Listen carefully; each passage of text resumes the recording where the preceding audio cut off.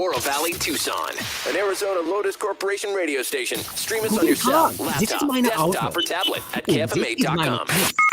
You want it? You got it. Reality radio done right. No nonsense, real and raw, just like you like it. He's corrupt, he's inexperienced, and he lies. Broadcasting from a broom closet in the Arizona Lotus Studios, it's Beef Pagan Presents. I only talk to Meineke with Meineke. The one-stop shop for total talk here at participating locations. Meineke locations are independently owned and operated.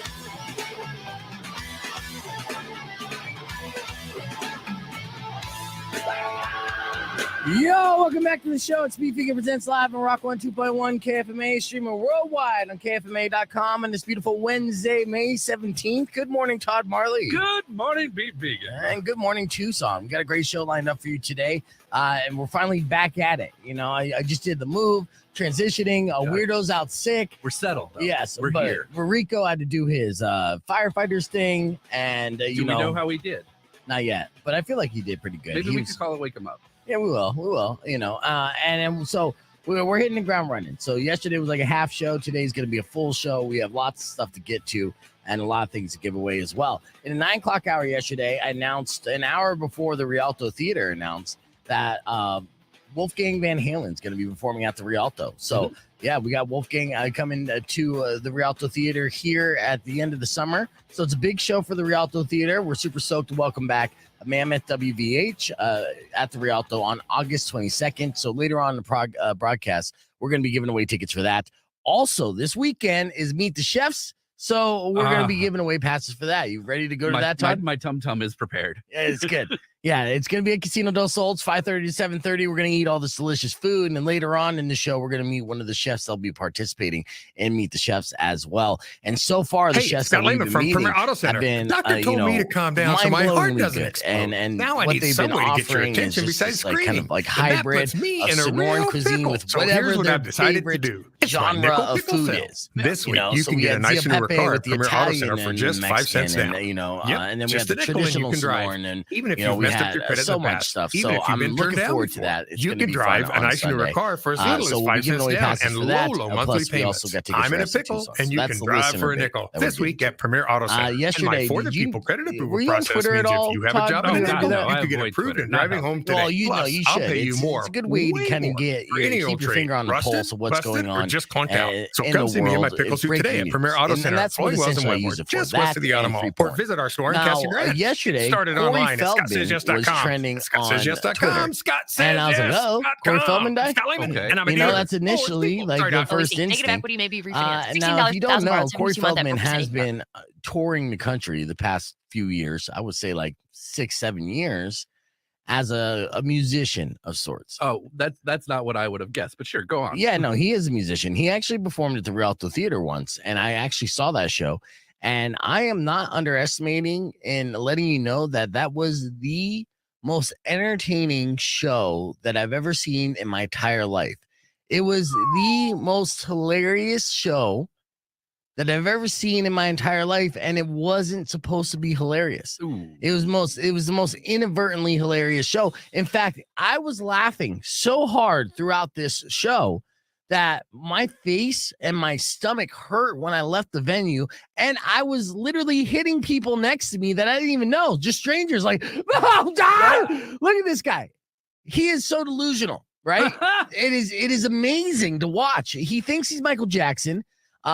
He thinks he's crossing Michael Jackson and Freddie Mercury. He thinks he's that talented, and he's not. Excellence in and public he just schools. gives it his And Arizona all, does and it have makes excellent it public literally schools. like But if your the school is best not show meeting that your I've ever child's seen in my needs, life. And I've been Arizona to has so adopted many shows. empowerment Hey, scholarship people pay to accounts. come see a train The wreck. council Yes, helps parents pay and that's for what it any was. A school lot of of their people choice. came out just for Everyone's that have to a see the fair train chance wreck at aspect of education. Corey It Feldman, has and they afforded us did the not leave opportunity disappointed. Not a to be able single to person educate in the way left that we see disappointed. fit as parents. But yesterday, Learn more at azed.gov. you know, because we've been having all these Sponsored by the major Arizona concert and Department of festival Education. announcements happening throughout the country. Riot Fest is a big one in Chicago that happens each and every year. Yeah. And they announced their massive lineup, and they had headliners like The Cure, Foo Fighters, Queens of the Stone Age, Postal Service. They And could get those names. yeah, absolutely.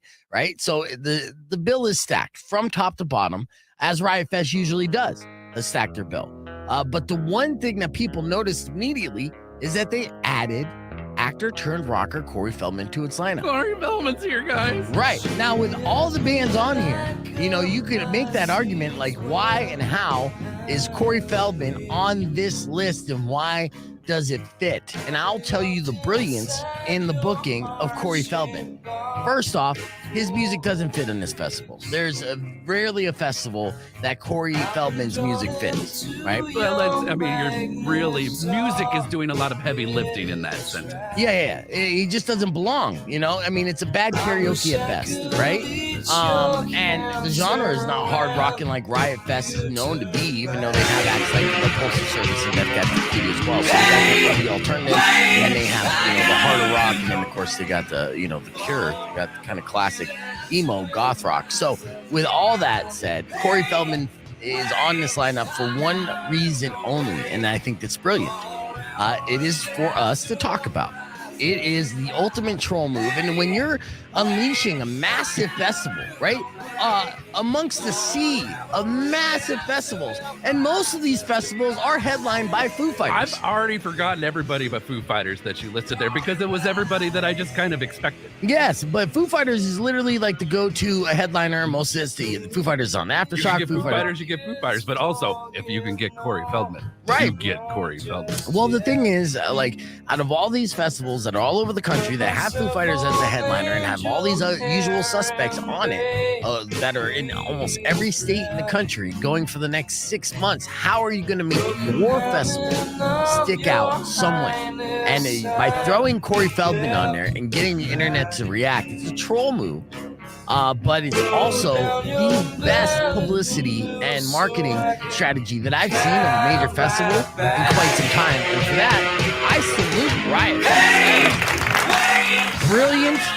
And people at Riot Fest, too, they will not be disappointed if they see Corey Feldman, because he's going to go out there thinking that he's better than Foo Fighters, legitimately, because he's that delusional. It is insane. It's just literally watching someone who is legally or illegally insane and not feeling too bad about it.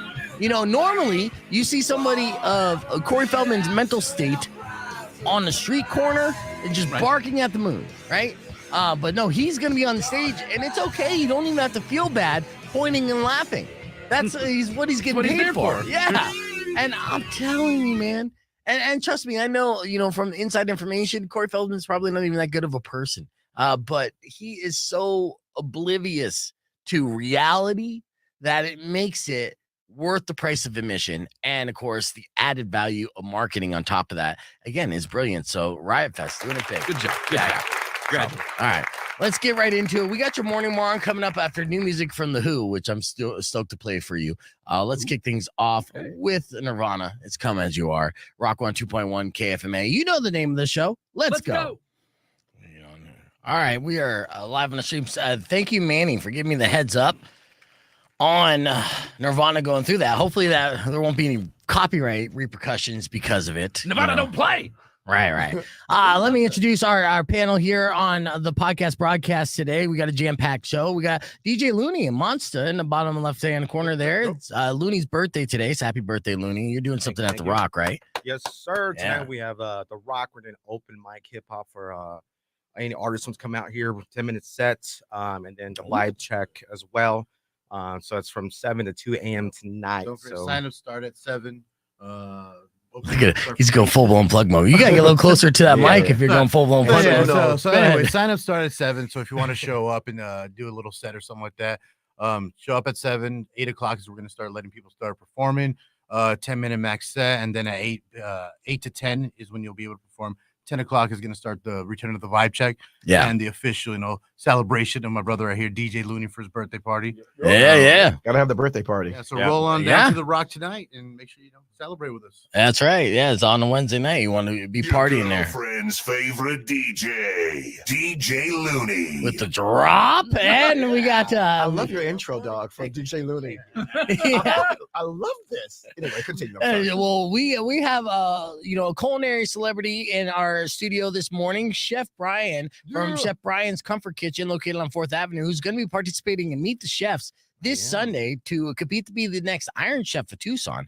And then Chef Brian has a very impressive resume that we're talking about.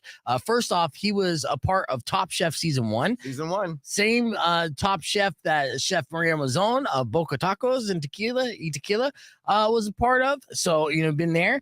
You've been a part of Bar Rescue with John Crappy Tapper, right? Yes. That's the operative phrase.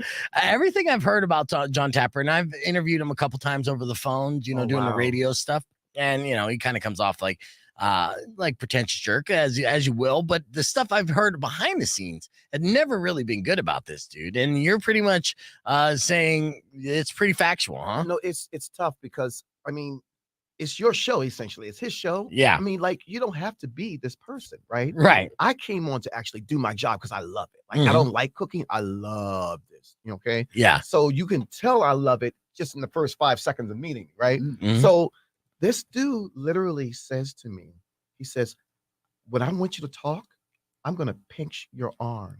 What? I said, no, you aren't. I'm like, I'm a grown ass man. I'm like, you're not pinching my arm. He said, well, what should I do? I was like, you brought me on the show as the culinary influence. Right. Like, don't play me, play Lotto. Like, who am I, boo-boo? Yeah. Like, what are you doing? That's just one of the stories, and it's so intrusive. It's just there's no moral code. Right. You know what I mean? And listen, you can tell anyone you want that I said this, okay? Yeah. Because this is wrong on many levels. That's good. We're broadcasting this. Okay, everybody Thank can hear you. this. Well, we're on a Good. podcast. We're going to be on the FM side here in a minute. Yeah, it's but worldwide. No big deal. yeah, no, but with that too, it's like, what other way would you want me to signal for you to talk? I don't know. How about say, hey, what do you think, Chef Brian? Yeah. Right? You can drop the makes mic sense. if you like, okay? Right. I'm like, dog, how simple is that? Right, dude. And listen to me. I'm not like some pissed off dude. And this isn't an amorphous feature here, okay? Yeah. Like this really happened. And it happened to me, and it changed my dynamic during the show. Right. You understand? Because I love this so much. So it hurts a little bit. You know what I'm saying? Because I'm still human. Yeah. And I'm sensitive about my craft. You know what I mean? And you weren't there to be fixed. You were there to help with the fixing. And real people's restaurants. You know what I'm saying? Family operating, moms and pops. Something you can relate to as well, being an entrepreneur, and I'm sure you had your fair share of restaurants. And we're going to talk about that as well, because you just opened up here in Tucson in August. Just Magical came city. here. Yeah. City of gastronomy. I'm still working. You're close. You nailed it. Don't worry, player. You nailed The it. third time's good. But yeah, so, and we are starting on a national level and even global level, building a reputation here for our culinary arts, which I think is fantastic. And you're just adding to the roster, which I think I'm really happy about it, because I not only is Tucson a magical place, Mhm. they're doing some magical stuff here in regards to culinary, and they aren't afraid. You understand? Yeah. And so, because the fear is what bogs you down. It's what gets you where you're like, no, I'm not going to do this. I'm going to do what everyone else is doing. Yeah. So when you do what everyone else is doing, no one comes to your restaurant because they're like, I already had this shit. Yeah. Oh, yeah. Well, actually, we are on the FM site right now. That's right. I did give you the heads up there. That was my bad. Chef Brian from Chef I Brian. apologize. My verbal karate is verbal. I do have a dump button, so we're good on that. But yes, we have Chef Brian from Chef Brian's Comfort Kitchen in studio. He's participating in Meet the Chefs, and he's also a former Top Chef contestant from the very first season. And his resume is super impressive. He has a brand new restaurant on 4th Avenue. We're going to talk all about that after Stained Lois Me In. It's latest music from Stained. You can keep it right here because we got more coming back, or join the conversation, youtube.com/beefvegan. And clear. All right. Great question. Yeah, there we go. All right. Great fucking question. And we're good. You can still keep the headphones on because you know. We're good. Yeah. Now we're in full go. All go, no quit. Yeah. So, and I will try to say when we get back on the Rock 1 2.1, and that's the cue not to curse. And then on the podcast, we curse all day. It's uncensored. It's the internet. I'm with you. Yeah. Lighter. This is your show. I want to follow the rules. You understand? Yeah, no, it's good. As long as I got enough time for the dump to reload, Okay. then we're good for another one. And it happens. I just had Shane from Tucson Foodie. Yeah. Follow the sign. Sparky. No, but Shane from TucsonFoodie.com he comes in every Tuesday and he dropped like 3 curse words. He broke a record on the that FM. was bad. Yeah. Wait, Tucson Foodie. Wait a minute. I think they did something on They me. did. Yeah. They did do a This piece. guy, like, I literally DM'd him or the whole crew, I guess. Yeah. I was like, how dope are you to do that? Mm-hmm. And I told him, I said, listen, when you get a chance, come in for a little Chef Brian. You know, I don't have much because, you know, a little family joint, you know, Yeah. literally 960 square feet. Oh, wow. You Yeah. understand? Yeah. So the patio is the dining room. Yeah. And a lot of seats because I share it with next door, you know, my restaurant next door, not my restaurant, but then, you know, my neighbor. Yeah. So tons of seats, Yeah. but just no seating inside. Right. So that Tucson Foodie, So love, right? What a solid they did us. Yeah. Did you see the impact right away? Because I mean, they have a lot of people. Obviously, the foodie community. They still come in. They're like, "Yeah, I saw you on Tucson Foodie." I'm like, "That was a year ago." I haven't been over in a year, but you know. Yeah. No, I you know, the internet's always new for someone who hasn't seen it for the very first time. So yeah, I mean, the longevity and impact they're able to have on local businesses is not lost on anyone, and they are putting in good work, and it adds to, again, you know, this reputation that we're getting as a city and a community just in the culinary world and foodies all over the world. This place, like I said, is magical, right? Yeah. And Tucson is doing something, and it's in the path of maximum flavor, right? Mm-hmm. So everybody is trying to give the maximum flavor. So it's a circus in your mouth. So when you come to anyone's small little kitchen or establishment, they're like, wait a minute, this is different. Right. I mean, look at my menu. You understand? Like, this is unlike anything you've ever seen. Like, even my waffles, dog. My waffles are like, what texture is this? Like, people are like, is this sourdough? I'm like, But anyway, but I don't do that to them. But, I would. Stop it. The customer comes in. Wrong again, stupid. Right. No, idiot. Insult your Oh, no. What's wrong with The you? soup guy from Seinfeld. Yeah, we're Don't on eat it anymore. I don't we're want on you the- to touch it. We're on the FM side in 10 seconds here, so no cursing. Okay. And speaking of the menu, we have it pulled up right now. Good morning, 10. Good everybody on the stream. I see you. Keep those comments coming. Rock 102.1 KFMA. Welcome back to Beef Vegan Presents. Hanging out here with Chef Brian from Chef Brian's Comfort Kitchen on 4th as we're going down the rabbit hole of his menu. And right off the bat, it starts off with a bunch of just delicious fried chicken and waffles. And you were just telling us that your waffles are different in texture and different than your normal waffles that you would expect. They're not Belgian waffles, right? Right. They're like, I mean, they're homegrown. They have the Belgian kind of look-esque, if you will. But people think that they're sourdough. People think they're like, what is this, rye? I'm like, oh, come on, dog. Come on. No, it's just Chef Brian's Comfort Kitchen, original, spicy, yummy, times 10. Kill them, make them, you know, succulent. Yeah. All of that. Do you like all that? My verbal karate is amazing, right? No, but really, like, when I cooked for Mary J. Blige, what she asked me for is, she said, can you give me as much boneless as possible? Right. So, She didn't like bones, huh? Well, Okay. Gets in the way of the eating. and so I said, okay. She said, I want a little something that's, you know, spicy, maybe a little sweet, maybe a little savory. And I was like, I'm doing boneless chicken and waffles. And I'm going to give her my waffle that I do at home. Yeah. And let me tell you right now, dog. Is that a secret recipe, or do you tell your customers what you do to make your waffles different? No. Oh, it's secret. Okay. Okay. But I will no tell you this, though, boss. Okay, I will okay. tell you this, though. I do put a touch of cinnamon. Okay. Okay. I will tell you that. And Okay. that's a big secret. Yeah. Okay. But thank you. That's a great question. Right. But once you taste it and you even, like, you know, saw down into it, because remember, you can saw from the chicken right down to the plate. Right. Oh, And I mean, because I built it too. And you see how I stack it, right? Yeah. It's 2 boneless, skinless cutlets that I cut from scratch Nice. myself. And I marinate 24 hours. Turn on the with porn fresh music. Oh, no. Do it. Turn on the porn music. I scratch with fresh herbs, garlic, and just a touch of sea salt. Let me tell you right now, it is a circus in your mouth. It is nothing short of fantastic. You can't eat these standing up, your knees buckle. Nice. That's it. Yeah. Good night. And this is another thing that caught my eyes. Man, it's hot. Yeah, I know. Look at you got all these chubby dudes.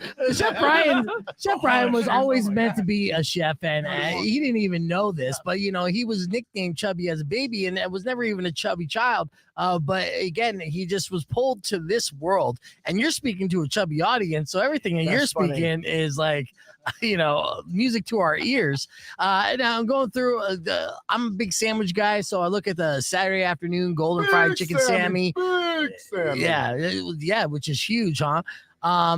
So you've been a celebrity chef as well. You mentioned Mary J. Blige. Who are some other people you've been celebrity chefs for? I started with Eddie Murphy. That was my first celebrity. Yeah, that's when he only had 5 kids. Go ahead. What were you gonna say? Oh, so no, you had 5 kids. How long were you an in-house chef for him then? Yes, 5 days a week for 1 year solid. Nice. That's like a contract when you get that, right? Oh, you better believe it, bro. Okay, yeah. So on the inside and working with Eddie Murphy and his family so closely, I hear he's a soft-spoken guy. Was he a good guy to be around in his house? Okay, I gotta tell you all that, because I can share this with you, and I think all of you collectively will appreciate this. Yeah. Do you understand that I'm in Eddie Murphy's kitchen? Right. It's about 1,100 square feet. Yeah.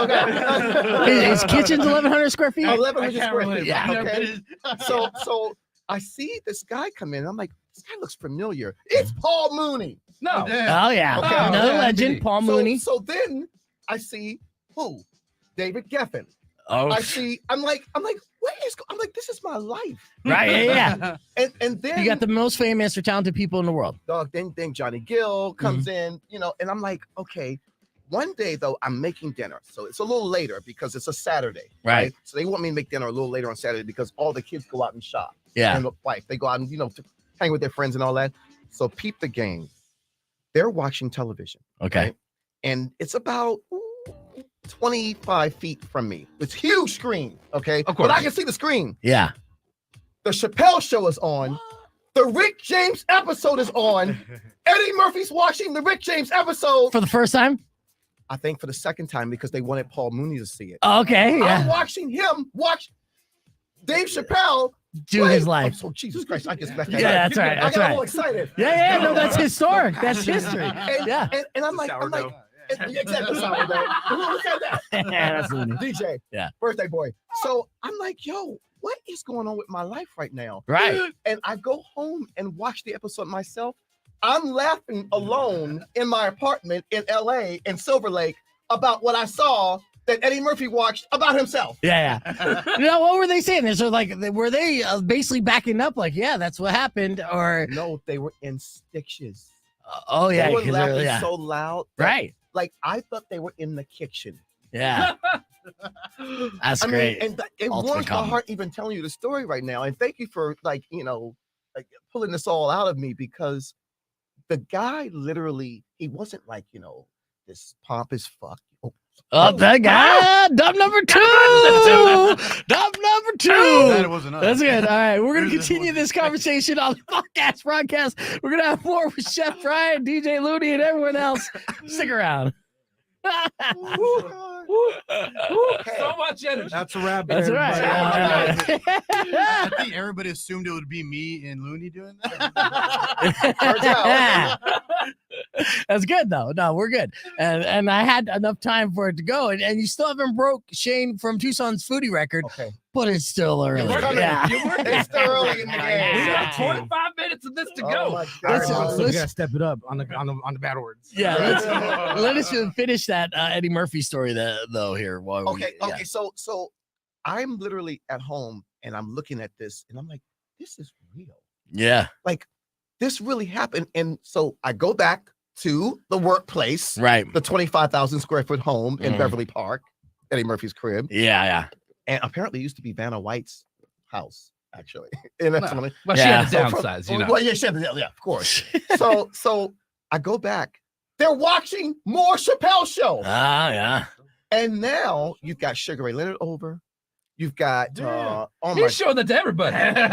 Is he watching the same episode over and over again? They're watching the same episode, but I don't really understand the impact. You understand? I don't really know like what's real going on because I'm working 5 days a week and like 13 hours a day. The cultural impact of how big that was, not only for Dave Chappelle, everybody was screaming out, I'm Rick James, bitch, and everything else. Yeah. So fuck your couch, all that. I couldn't tell people that I'm watching this in Eddie Murphy's house while he's watching himself. Yeah. That's like almost an out-of-body experience. It really is. Like it was rather, and it touched me. I was like, I'm a dude from the gutter of the ghetto. You know, there's 5 of us. I'm second to the youngest of 5. Yeah, you're from the DC area. Speaking of Chappelle, same kind of area. Yes, yeah. exactly. Uh-huh. Yep, Silver Spring, right across the DC line. Right. And so I'm this guy that's like living everything. Yeah. And Eddie Murphy would come downstairs with his, flip-flops on, and he loved his orange slice soda and an iced tea. And the refrigerator, true story, all orange slice. Wow. So it was all in the garage with all the whips, right? Yeah. So it's like 10 whips in the garage. And there was one guy that filled up all the beverages in the house. That was his job. That was his job. Jesus. The orange slice. You're sitting there, you're prepping, you're doing all this work, and I'm not joking. Yeah. Like, it's real. Just covered in sugar from all this orange soda. Yeah, I'm gonna say yes. Did you apply to be the orange slice guy after No. your 1 year run was up? No, but I'll tell you how I got it though. Do you know if he made more money than you during that? I would be pissed. Yeah. Great question. Yeah, be like, because you're putting in a lot more work, and what you develop, I mean, you're essentially, it's a skill that you have to learn. Yep. It's a craft that it takes, passion and years to master. Counterpoint, dude can open an orange slice. Well, that'd take years for that, man. Yeah, it's tough. It's a tough job. It's tough. He's rolling up in a Benzo. But no, Escalade. Escalade, of course he is. But the what's it called? The hatch, not the hatchback. The Pinto. No, it's a Pinto.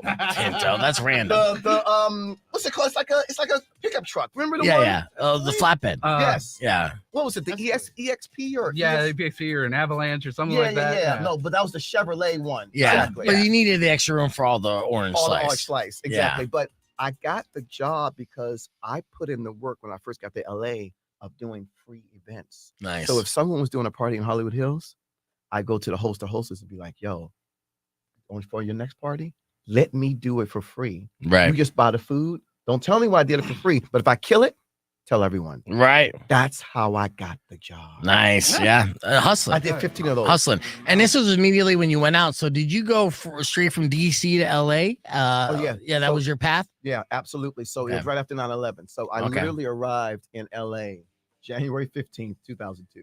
Wow. Oh, nice. I know. I flew out of LA that day. True story. You flew out? I flew out of LA. I was down because everybody remembers where they were at 9/11. I was down in visiting friends in LA for that week. I woke up from my friend's roommate coming home from work because they had work closed down, and they sat on me because I was crashing on the couch, and they just flat sat on me, and that's what woke me up, and that's how I found out about 9/11.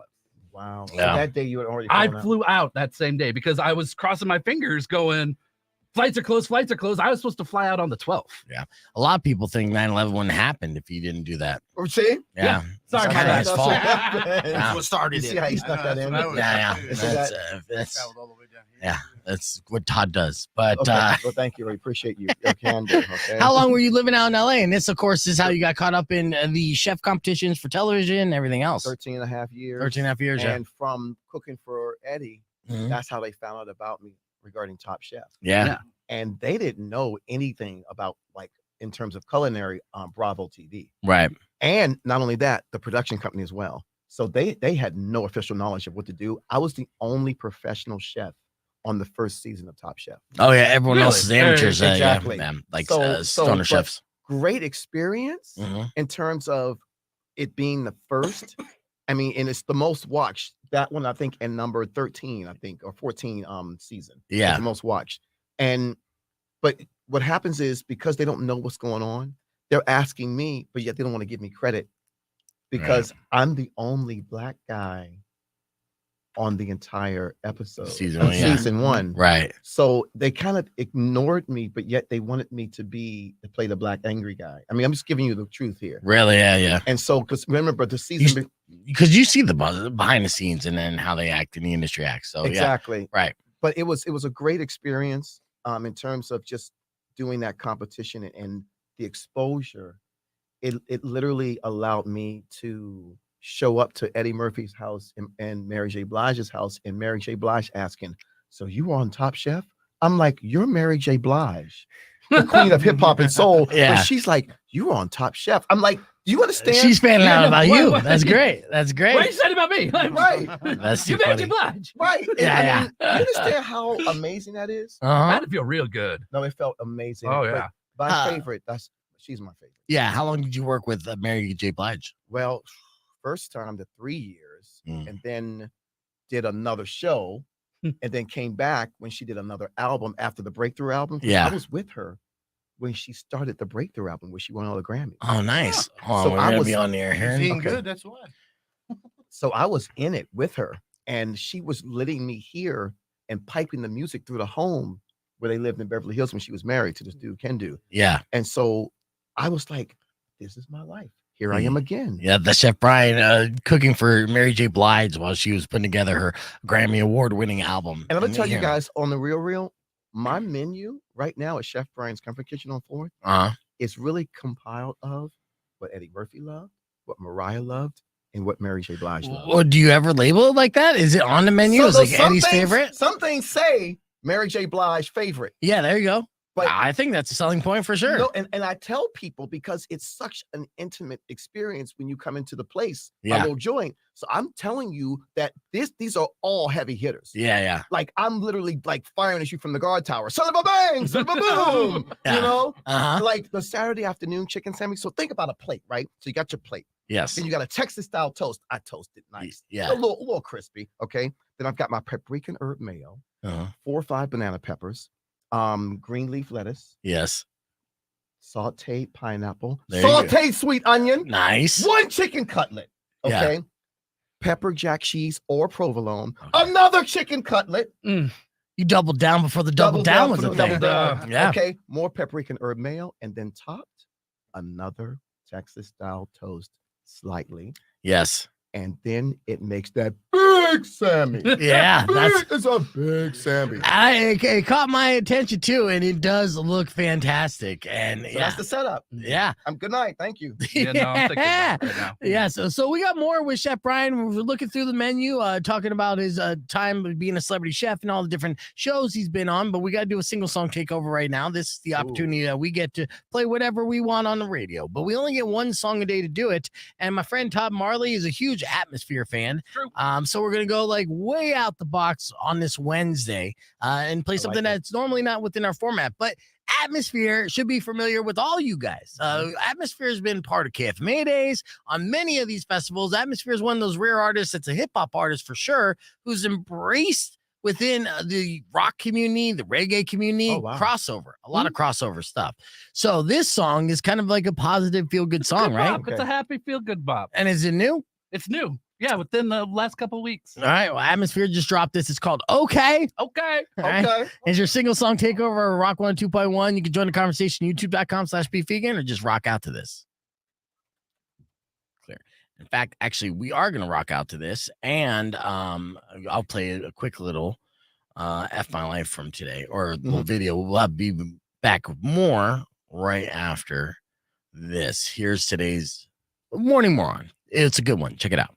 Oh, the latest from The Who featuring William Duvall on Rock 102.1 KFMA. Welcome back to Beef Vegan Presents. It's now 6:15 and time for your Morning Moron. Let's do this. I was like, it's been a while. What do I call this segment again? Morning Moron. This one is a classic Morning Moron. I mean, it just happened, but instant classic. You know, you've heard of drunk drivers trying to switch like places with a passenger in a DUI crash, right? Yeah, man, I can't be here. I can't be here. Yeah, man, yeah. Just switch places. Yeah. Switch. I mean, that's tried and true. I mean, hell, I think my grandfather even did it back in the day in the like 90s. You know, he had my grandmother try to switch spots with him. You know, we party. Us vegans, we get down. Well, anyways, that's usually the case, and it usually involves another human. But today's Morning Moron is a 28-year-old male driver in Colorado who got pulled over on a suspicion of DUI last Saturday. And at the last minute, he tried to switch places with his dog who was in the passenger seat?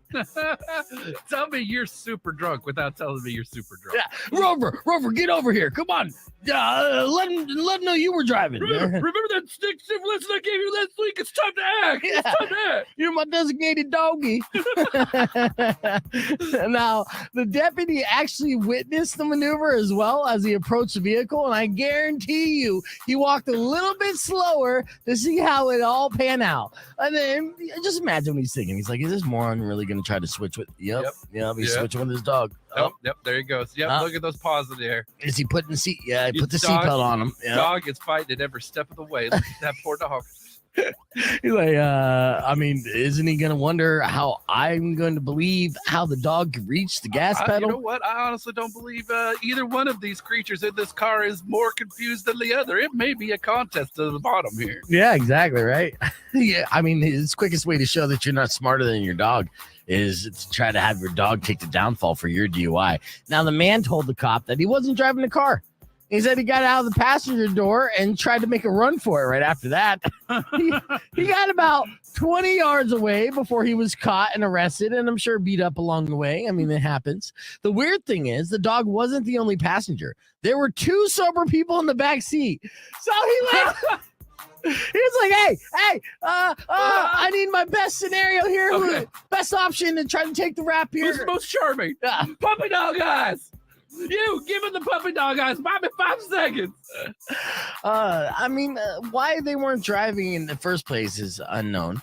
And it's unclear why the man didn't try to switch with them either. But obviously, he wasn't in the sharpest state of mind. And the sober people were in at least a state of mind to say, hey, I don't want to get in trouble for your dumbass. Now, why is the one drunk guy in a car full of sober people driving? There you go. Single song takeover. Todd Marlie taking liberties on this way all out them the box except for the Wednesday. dog. Okay is the name of that song dog. from Not Atmosphere a Brand bad New dog. Music. Again, we're the back dog is ready here to take with rap. Chef Those Brian from dogs Chef Brian's are Comfort man's Kitchen best friend on 4th ride or Avenue. die. They're They're located right down the the road from take this Boca y Tequila or Tacos y Tequila with Chef Maria Mazon, another top chef contestant, and now you're going for Iron Chef. Why not? Yeah. Now with this Meet the Chefs competition, which is probably one of my favorite events here in town.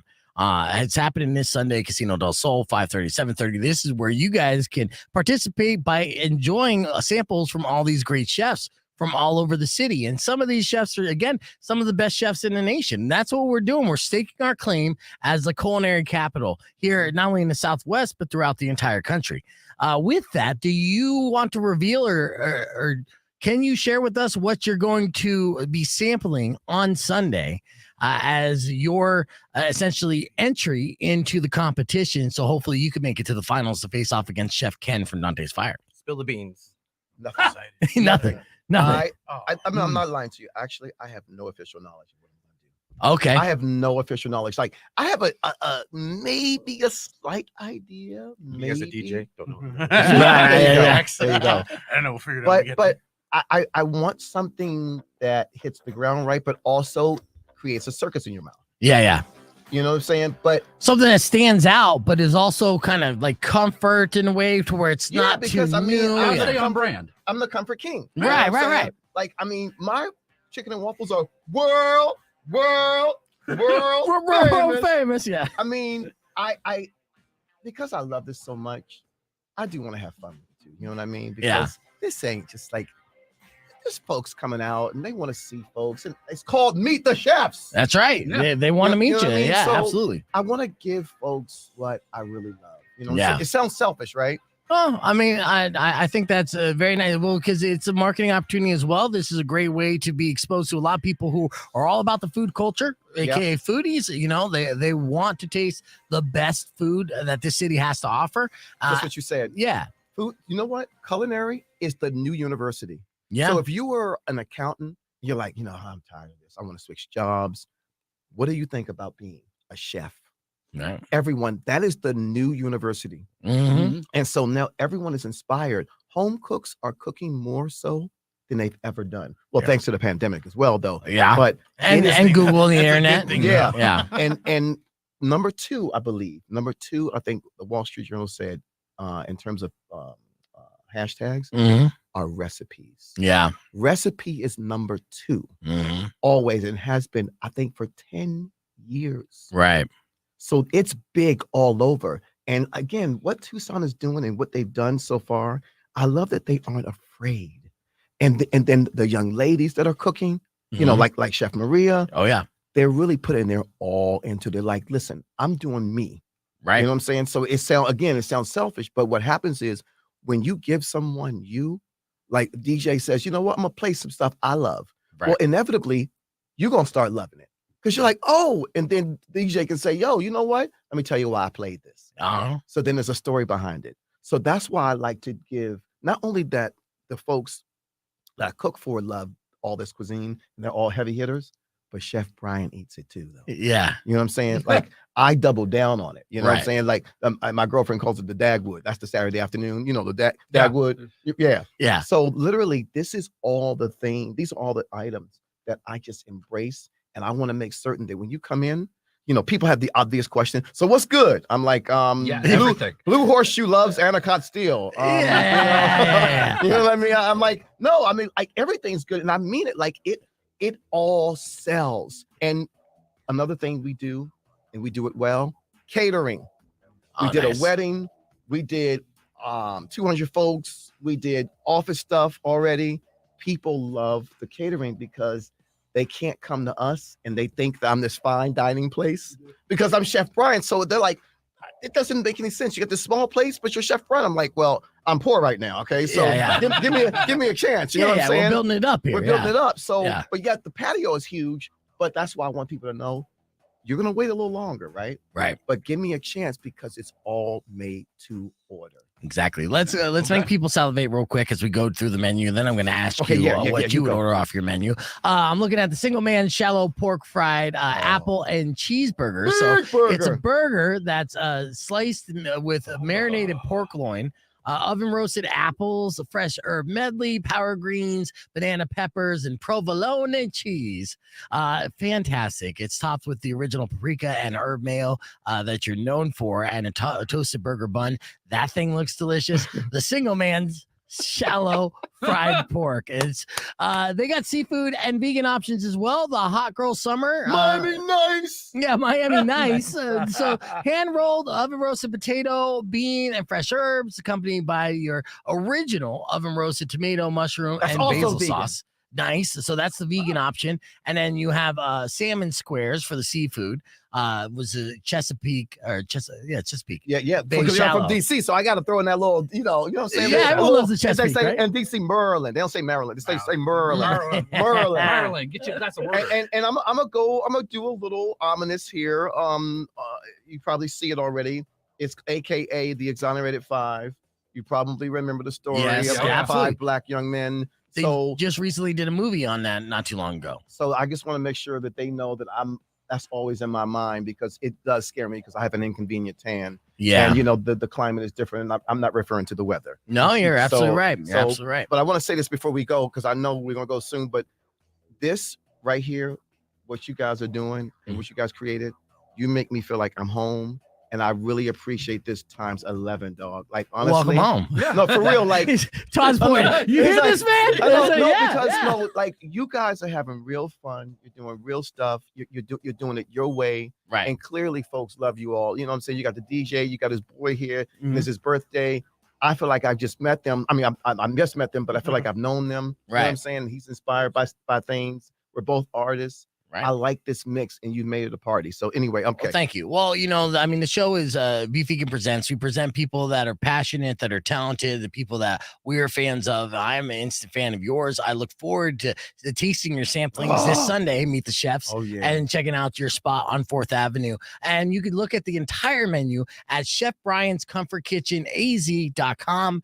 There you have to check it out. They have also delicious sides. Everything's made from scratch. And then you could try the delicacies of the Top Chef Season 1 competitor and everything else that Chef Brian has been doing, and eat the same food that he served Eddie Murphy and Mary J. Blige and Mariah Carey, just to name a few. You could add your name to that celebrity list if you check out Chef Brian's Comfort Kitchen today. Chef, good luck in the competition this Sunday. I hope you make it to the finals, man. Face off against Chef Ken. It's going to be a banger. If not, I'm still gonna be Chef Brian. That's right. You know what I'm saying? Yeah. Because I'm having fun. You know what I'm saying? I just want the folks to enjoy themselves. That's all. You know what I'm saying? Absolutely. So I'm cool in the gang. I'm here with you all. Hell yeah. All right. Well, again, Chef Brian's Comfort Kitchen, az.com is the website for you to check out that entire menu. We have more Beef Vegan Presents after Rage Against the Machine. Keep it right here. It's Rock 102.1.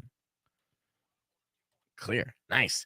All right. Let's get some pictures and stuff. And earlier this morning, we did talk some sports ball with Spears and Ali. Which I love those guys. They're good guys, my right?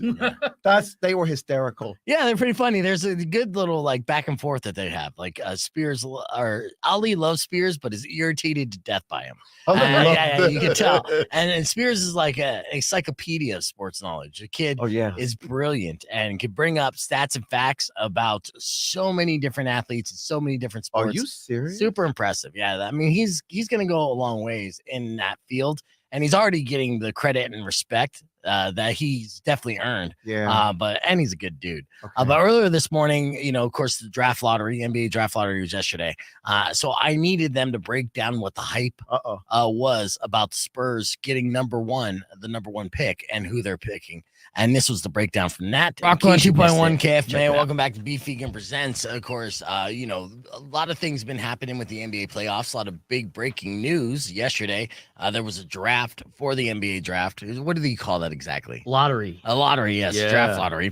I'm just spacing out. But please welcome Spears and Ali from the Spears and Ali Show on ESPN 1490. Good morning, gentlemen. Good morning to you. What's happening, Beef? Now, I had to give a couple days before I asked you to come back in because, of course, the Suns got spanked by the Nuggets, and then the Lakers continue to progress, still leading to the conspiracy theory that you have that it's going to be the Lakers versus the Celtics in the finals. Yep. And the Celtics were able to overcome the Sixers in that process. So, yeah, it's still possible. And then they fired Doc Rivers. They did. Yeah. Yeah. Now, why the hell are all these supposedly good coaches that had fantastic winning records in the last 4 years all getting canned? That's just the way it is in the NBA nowadays. All across the board, you see a lot of coaches have great seasons. Like Monty Williams last year was the NBA Coach of the Year. Yeah. Like look at with the Lakers. Me being a Lakers fan, Frank Vogel wins an NBA championship, and then 2 years later, he's out of a job. Right. So right now, a lot of teams, they just move on from coaches really quickly because this is, at the end of the day, a players' league, and they're going to cater to whatever their star players want to do.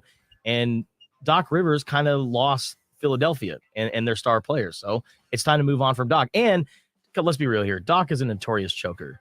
You think, yeah? Well, I mean, it's like 1936, 1939 in deciding games. But you can't fire the players, man. I mean, James Harden in that game against the Celtics in Game 7 looked petrified. He didn't want to take a shot. Right. He didn't want to make a turnover. He sucked. Yeah. Right. But you can't fire James Harden. So what are you going to do? You fire Doc Rivers. Well, even though there's rumblings that Harden's going to be traded this offseason, and he's eyeballing either going back to Houston or even potentially being on the Phoenix Suns. Have you heard about that? I heard that. I don't know how that's going to work. Right. I don't want him. As a Suns fan, I don't want him. No. Yeah. You can stay away, dude. No, I think going back to Houston would probably be more realistic, especially now because they just hired Ime Udoka, the former Boston Celtics head coach, and he's very revered among NBA players. So I would probably look at that being a possibility. Yeah, it's interesting to see that the players, they have that much pull that they can just fire the coaches that they don't like, even if they're putting up numbers and actually producing results. But you know what? They're going to be finding other jobs. It's just going to be one big carousel because Doc Rivers, ever since he won the championship in 2008, and no team milks a championship more than the 2008 Celtics. Let's be real. They milk that championship. They maximize that as much as they can. But Doc Rivers has turned that into job after job after job after job. Mike Budenholzer won a championship with the Milwaukee Bucks. He's going to find another job. Right. So these guys are going to be good. Who do you think is going to be the next coach for the Phoenix Suns? Mike Budenholzer. Yeah? You think that's the one? Holbrook, Arizona native. Mike Budenholzer. I don't know, man. The owner, Matt Ishbia, hanging around Isaiah Thomas a lot from Michigan. And he may not be the head coach, but Isaiah Thomas your not executive of the year every year he's been involved in anything is going to have a prominent role with the Phoenix Suns. Oh no, that's not good though. Yeah, because I just remember his run with the New York Knicks, and he didn't do anything good there. You know, he kind of s the bed, right? Yeah, you know, and I mean, it was good for someone who got a really good settlement payment out of his many sexual harassment incidents. So, I mean, it was good for the lawyers. Yeah, and being such a fan of The Last Dance. I mean, seriously though, and being such a fan of The Last Dance, and I've watched it like a million times. I just hate Isaiah Thomas. I'm on Team Michael Jordan all day long. Isaiah just seems like a garbage person to me, but. You know, who knows? Well, now you're never going to get a handshake from Isaiah Thomas because he's offended. That's true. That's all right. I mean, I didn't get a Nickelback interview because they looked through my social media posts and they're just like, no, I'm not going to do it. They passed it off to Robin Nash. Really? Yes. Well, this is another reason not to like Nickelback. I know. I was waiting for that last thing on the list. We love Nickelback. We do. I literally been leading a movement to try to remove the stigma of Nickelback sucking by doing this comparison, saying that Nickelback and Foo Fighters are essentially the same band. They put out the same music, which is stadium rock. All right. The only difference is Dave Grohl has a reputation to being the coolest man on the planet, and Chad Kroeger has a reputation to being the biggest douche. Yeah. And we were trolling people and trying to make it uncool to make fun of Nickelback over the past couple of years, and it just went over their head. And now they're just like, I'm on the Nickelback blacklist. What's your basketball player comp for Nickelback? Is it Isaiah Thomas or what do you pretty think? much, yeah. I mean, that's pretty that's close. accurate. I mean, there's a lot of douches out there that continue to make douche moves. I mean, maybe mine is John Morant's doing some douche. I say John Morant, yeah. I mean, he's just kind of self-destructing, which is upsetting. But okay, let's talk about this draft lottery real quick because the Spurs looks like they always get like the most talented French people on, and big men. Like this seems like it could be a next chapter and a continuing dominance and of their dynasty. How big is, first off, how do you pronounce the name, and how big is getting the #1 draft pick this year for the Spurs? Wembanyama. That's how you pronounce it. So they call him Wembley, though, right? Wemby? Yeah, Wemby. Yeah. Victor Wembanyama. He is this alien prospect from France who's like 7'5". And I saw 7'3". 7'3" or whatever like that. He's tall and he could shoot like Kevin Durant. He's actually got great handles and he can also get you in the post too. Like he is such a freak player and he is a height prospect. He was on national TV playing against Scoot Henderson, who's going to be probably the #3 overall pick in the draft. And I've never seen so many people dialed in to a prospect that's not even in the NBA or in college. Right. Like this is easily the most hyped prospect since LeBron James in 2003. Yeah, right. And so as soon as the San Antonio Spurs won the lottery, it's like, Wemby's going to San Antonio. It's already a done deal. So, and I call shenanigans on that. You talk about the conspiracy theory about the Lakers and the Celtics kind of facing off against each other. It's what the NBA wants. How are you not going to come up with an argument that the NBA wants, the Spurs to have this French star athlete who is like close with Tony Parker, and the entire organization, the history of the organization essentially is the gateway to foreign players. No one has done it better in bringing in foreign players into the NBA. Am I wrong? I mean, Tommy Lloyd at U of A has done a pretty good job, but Yeah, other than that, I mean, I'm a little humble brag. I'm going to say as of in October, I was like, it just makes sense. There's no way Victor Wembanyama is not going to the San Antonio Spurs. Right. I mean, right now I'm actually pissed at myself that I didn't bet on it on DraftKings because you could have bet on it, and it was like he's going to San Antonio. Right. And but I don't got the tinfoil hat on, but from a lot of times where the player lands and the organization they go to has a lot to do with how successful their career is. Kind of like us, right? We're at this station, and it's a good atmosphere and environment for us to develop our skills, which are plentiful. Let's be honest. But we are in the G League. But for Victor Wembanyama being with Popovich in San Antonio and that environment, and guys like Duncan still around, David Robinson still around, Sean Elliott's still around, it's really good for him in his career. Yeah. I mean, he could have gone to Charlotte. Yeah, no, yeah, he could have been screwed. Yeah. Oh, yeah. I mean, it's just like, oh, this sucks. I mean, the argument is he could reach maximum potential going to the Spurs more so than any other team in the NBA. Mm-hmm. Right. Yeah. Or he could totally suck. So we don't know. Yeah. Right now, it's we're in the new car smell phase. Yeah. This guy has got a lot of potential. He looks like he's got talents that we haven't seen, things we've never seen before. And San Antonio fans are feeling really good. Yeah, and he could be that. And I hope the best for him, or he could be Greg Oden. Yeah. Yeah. That's exactly what I was thinking. Is this going to be a Greg Oden situation where he comes in all hyped up and then immediately his body breaks? Yeah, I'll never forget that. The difference between him and Oden, though, is Oden, he looked like he was 50 when he got drafted. He did. I was going to say. Yeah, you're just like, biologically, he's breaking down already right in front of our eyes. I mean, so to pick him over Durant still was one of the biggest fails in NBA history. All right, wrap things up with the Lakers going against the Nuggets. Game 1, the Nuggets were able to showcase that they are the real deal. How are your Lakers going to overcome this? Lakers in 6. That's all I'm saying. Okay. Lakers in 6. That's a great substantive opinion. No, really, Lakers got down by 21. Mm-hmm. Nikola Jokic, the performance that he put up last night was unbelievable. Right. He out-rebounded the Lakers after the first quarter. I think in the first half, or the numbers that he put up in the first quarter, in the first half, it was just unbelievable. But the Lakers kind of figured it out. The first half was a boxing match. Hey, we're going to feel you out a little bit. They figured out the defensive formula against Nikola Jokic. Lakers are coming for game 2. I don't know. Yeah, look for more Hachimura on Jokic and Anthony Davis playing on Aaron Gordon and helping. The Lakers are going to make Aaron Gordon beat them this series. If Denver beats the Lakers, it's because Aaron Gordon did something. And I'm telling you, man, I love him. He went to U of A. Yeah.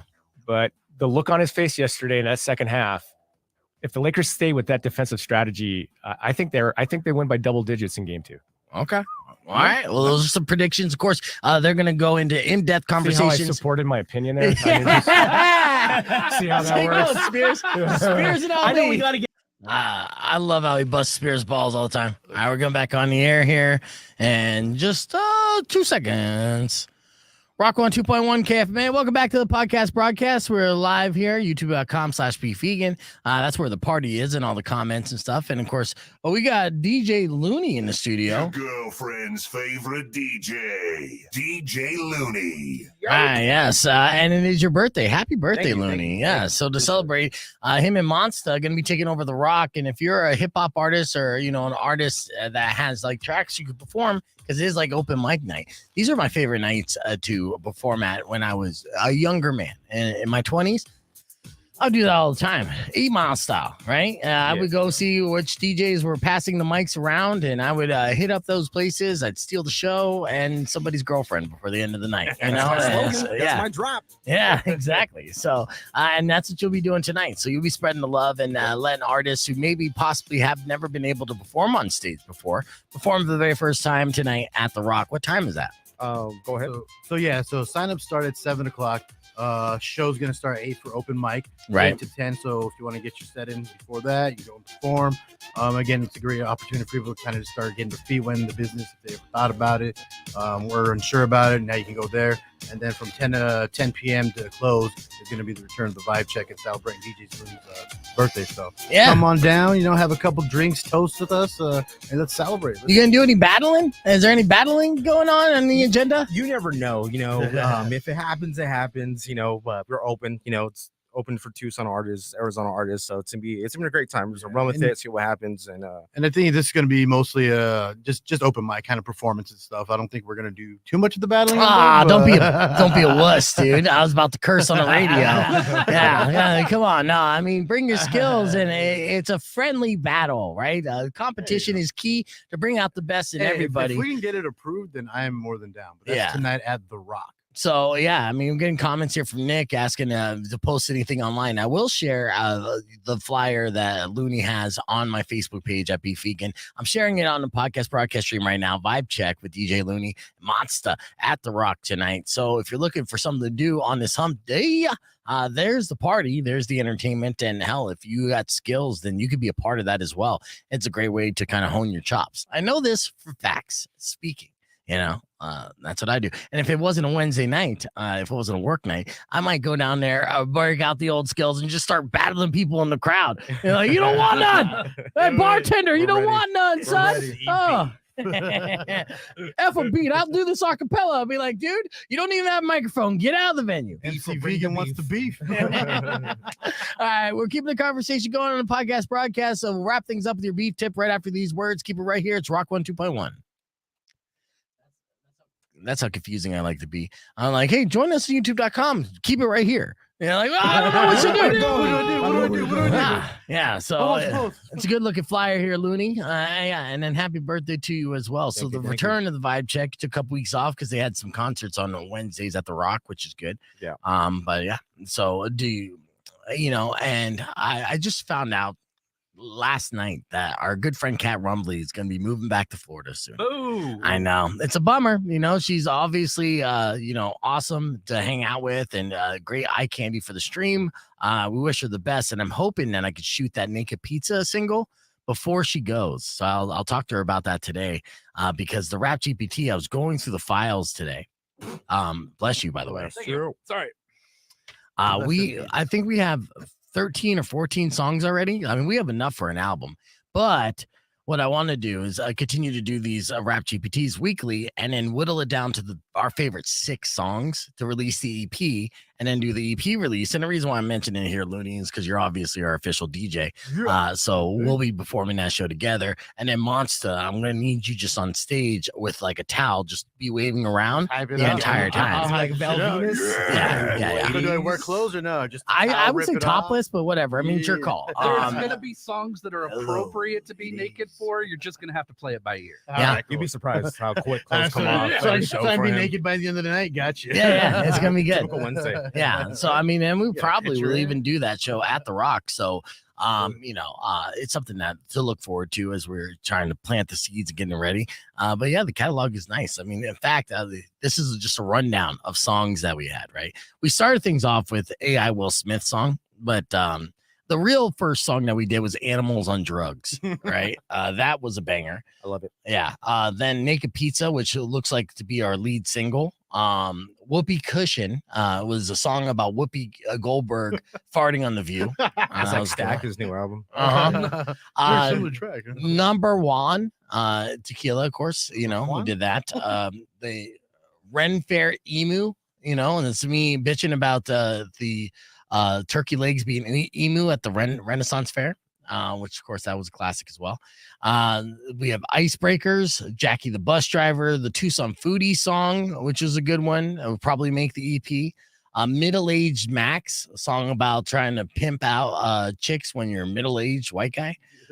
Catfished, again, online dating thing. And Rico actually just released a little video for on our Instagram page. And in fact, if you haven't seen it, it's such a Rico thing to do. Like it screams Rico. It is. It does, and it's actually pretty funny. Let's see. Yeah, I should have enough time to do this. Unreal Rico. Do you? Yeah, Do you? You got whatever. Really? No, I got enough to play for a little bit. Come on, man. You could sample it then. Yeah, you didn't say sample though. You said play it. I'm gonna play a little sample. Play a little bit of it. Okay, so. Okay. So all you gotta use do, all our words you just gotta follow the Rico there and pull this up. Look at the AI imaging that he put together for me. Actual photo of beef vegan coming up. Look at that. So good. True. Are you out there dating right now? Yeah, I'm thinking about dipping my toes into it, but I'm scared, man. I look good. What are you scared about? I'm scared of getting catfished. I got a story that's gonna make you laugh. It's about getting catfished, and it's a real hit scratch. I'm swiping left and right, trying to find some snatch, but what I found was a whole bunch of mismatch. First up was a hottie with a killer smile, but when we met up, it was all just a pile of lies. She didn't look like her profile. She was raw and foul with teeth like a crocodile. And there was a girl who was out of my league, but on our date I found out it was a scheme. She was looking for a sugar daddy, not a lover. I said, girl, you ain't gonna find that with this brother. Next up was a lady who was a real catch, but when we first met, she had a mustache, bunch of tattoos, piercings, and things I couldn't name. I was so confused, I didn't know how to explain it. Catfish is a game we all play, but sometimes it's hard to find the right way to see through the lies and find what's true. But hey, that's just what we got gotta do. Catfish, all the game that we play, but sometimes it's hard to find the right way to see through the lies and to find what's true. But hey, it's just what we gotta do. So there you go. That's Catfish from the Rap GPT single that Rico and I did last week. Rico just put that video out on Instagram, just a little, lyric video. But that's just a small example, and that's something that we can do. And will do here eventually when Rap GPT has their EP release party once we whittle it down. You stoked about that? This is a banger, right? Gonna be dope. I love it. Yeah, My ringtone right now. My ringback tone, to be exact. I can't wait to just jam it out all day. Yeah. And I just wish I could perform these songs as the AI generated version of me, because that guy definitely knows how to bang. You know what I mean? I'm like, oh my God, gets it all. So super impressive. Favorite MC. All right, looks like we're running out of time, unfortunately, but I'd like to thank all our guests today. Of course, Chef Brian's Comfort Kitchen. Thank you for coming in. Check him out on 4th Avenue, or this Sunday at Meet the Chefs. And DJ Looney, your girlfriend's favorite DJ. Thank you for joining the show. Happy birthday to you. DJ Looney. You're going to be able to catch him in Monsta tonight at The Rock. That's all the time we have for the show. Robin Nash is up next. You guys enjoy the rest of your day. Drive safe, ride safe, and as always, rock local. Oh, yeah, and thank you, Todd. Yeah, I'm here too. I'm here the whole time. Classic. I always forgetting Todd. Thank you guys.